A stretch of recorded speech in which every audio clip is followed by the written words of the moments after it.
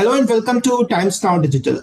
Well, at a time when rising fuel prices have once again brought ethanol blending into sharp focus, and as India pushes for higher blending to reduce crude oil dependence, we are joined by Mr. C.K. Jain, President, Grain Ethanol Manufacturers Association.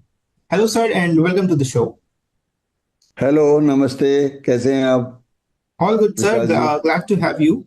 To begin the conversation, sir, recently we have seen that the government has already achieved its 20% blending target. So, in your observation, how much this has helped cushion India against the global crude volatility? Sir 20% has been achieved very well. And what are the achievement of this 20%? We saved, I'm talking of the figures of last year when we were doing the 18% blending average. So in that, we saved at least 40,000 crore rupees in 1 year import foreign exchange. And where it went? It went to the rural economy. So ethanol is a channel to save foreign exchange and distribute in the rural economy. That is, so what else you require? It is one of the best policy which the government has brought in for rural economy, rural development, farmers' income. So this is a scene at the moment कि blending going is helping our foreign exchange going outflow. That is first thing, and that is being distributed among the farmers because Right. our raw material is from farmers.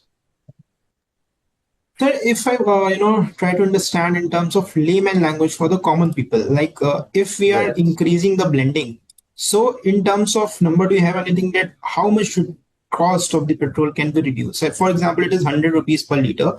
We are increasing the blending by X percent. Then what would be the reduction in terms of prices that we can expect for common man? You see, there's a set example by the Brazil model of ethanol use. If you have gone through it, that's fine. I'll give you some brief on that. They have got two dispensing. Every petrol pump has two nozzles. One is a base petrol, which today is in our country is 20, or maybe tomorrow 25, 30. That will be base petrol. Another nozzle, another dispensing oblique nozzle will be E85 or E100. Okay. Then customer E100 is not attracting VAT. Please understand. It doesn't have the 70% fossil fuel hydrocarbon. So it is out of VAT. So when it is out of VAT, the difference comes 20 rupees per liter. Normally, the state charge VAT about 18 to 20 rupees per liter out of 100 rupees. So differential will come. When differential will come, the consumer will decide कि मेरा I have a flexi fuel vehicle. Do I run at E100 or do I run at E30 or I put both 50-50 run at E60, looking at the price differential. So that is why how the price will come. That is why how the price will come. And if you say the base petrol, this is ethanol is definitely cheaper than the what petrol prices are there for import, then processing, then all and all. So government is already subsidizing it.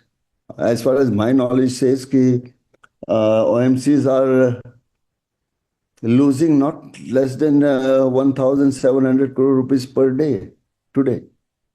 So this is already subsidized.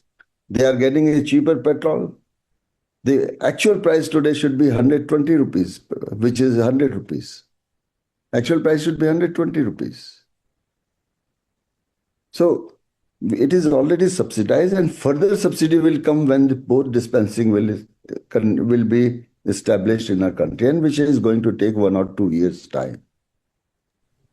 Also, sir, for in terms of adaptability, like you have mentioned that a model where a user can go at the petrol pump and then can decide whether I have to take 100 or 85 or 20. So, do you have any suggestion or appeal to the government, or something should come in future where this model should be implemented in India also at petrol pumps? Yeah, we are requesting the government and automobile manufacturers that they should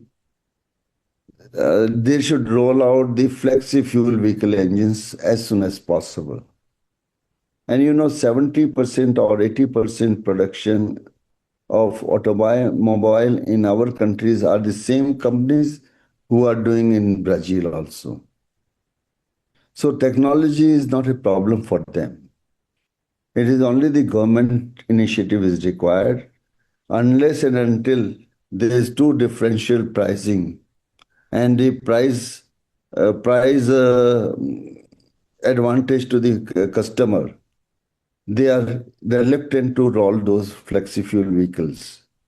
But fortunately, Suzuki has taken a lead on that. On 4 June, it is launching its first flexi fuel vehicles in our country.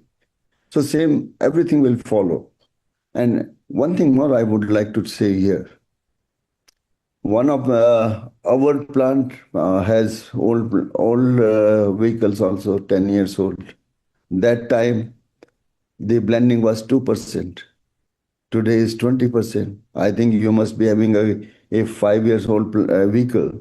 That time it was 8%. Today is 20%. How much difference?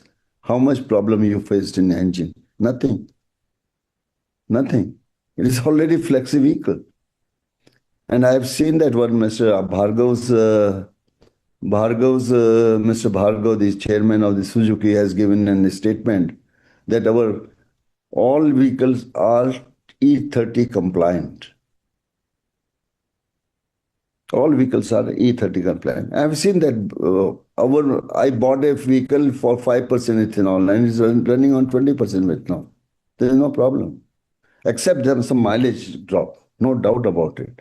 That everybody agrees. But surrendering some money for mileage and for saving the foreign exchange, doing the rural development, reducing the pollution is not a very bad idea. It's not a very bad idea. Somebody has to pay for it. So talking in terms of this flexi plan, is there any indication that you are getting that by when we can expect this rollout or any draft that has been prepared? If you can share something on this. Yeah, we have given many representation on the flexi vehicle. I'll share one or two to you. And we had been giving for last many months that flexi vehicle should be, and everything we post, whatever we write to the government on our website. I'll share some.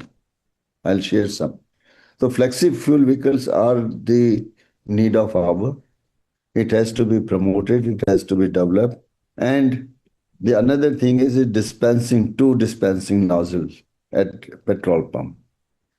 OMC has already decided that they are going to do that on 100 petrol pumps this year. One, they will dispense E85, another is E20 or E22, E24, whatever. That will be one, that will be base petrol, and E85 is, then you choose, depending upon the price, what do you want to run. So this is a customer choice now. So this is going to happen very soon. Great, sir. So another thing that I want to understand, this Iran war has, unsurfaced the LPG crisis, and common man has suffered a lot due to this LPG price hike plus unavailability of the cylinder. So how do you think see the ethanol role in this crisis and how it can become viable beyond the transport sector? Yeah, we are also working. GEMA is also working on the coke stove based on ethanol. And government is also serious on that. There are certain initial challenges, like how to dispense it, how to refill it. So those things need some studies. So everybody is studying, but we are very positive with it very soon.